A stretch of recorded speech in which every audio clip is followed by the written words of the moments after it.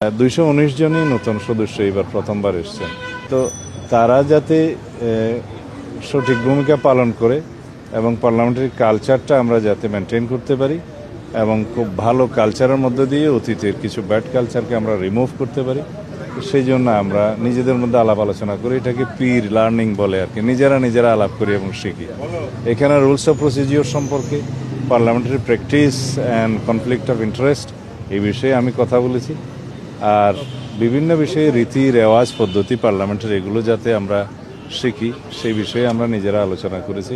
বিশেষ করে constitution, rules of procedure, customs convention of the house এগুলো নিয়ে আলাপ হয়েছে এবং তার সাথে পৃথিবীর বিভিন্ন পার্লামেন্টের যে সমস্ত পার্লামেন্টের রেফারেন্স আমরা দিয়ে থাকি, হাউস অফ কমন্স এবং বিভিন্ন দেশ যারা স্ট্রং গণতন্ত্রের চর্চা করে থাকে সেই সমস্ত দেশের পার্লামেন্টারি প্র্যাকটিসের উপর আমরা কথা বলেছি। রেফারেন্স বুক আমরা দিয়েছি, বাংলাদেশেও অনেক কিছু রেফারেন্স বুক আছে, সেগুলোর কথা বলেছি।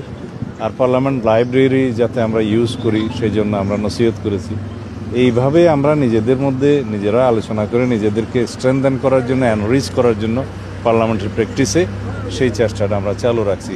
আশা করি আমাদের ভবিষ্যৎ পার্লামেন্ট সেশন দেখে জাতি অনেকটা আশ্বস্ত হবে যে এইরকম একটি পার্লামেন্ট তারা দেখতে চেয়েছিলেন, যাতে অতীতের ব্যাড কালচার যেগুলো হয়েছে, যেগুলো ব্যাড প্রেসিডেন্ট সৃষ্টি হয়েছে পার্লামেন্ট সম্পর্কে এবং মানুষের যে নেতিবাচক ধারণা সৃষ্টি হয়েছে, এগুলো সব মানুষের মন থেকে আমরা মুছে দেবো ইনশাআল্লাহ। আমরা একটা ভালো পার্লামেন্টারি প্র্যাকটিস আমরা সৃষ্টি করব এবং তার মাধ্যমে নজির স্থাপন করব।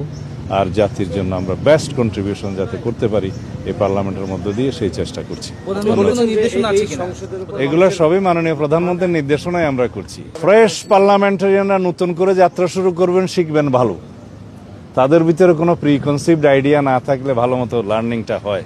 এটাই আমরা, যেমন একটা ফ্রেশ বেবি তার মায়ের পেট থেকে জন্মগ্রহণ করার পরের থেকে ফ্রেশ কালচার শিখে, সেইভাবে আমরা নবীন পার্লামেন্টারিয়ানদেরকে প্রস্তুত করার চেষ্টা করছি।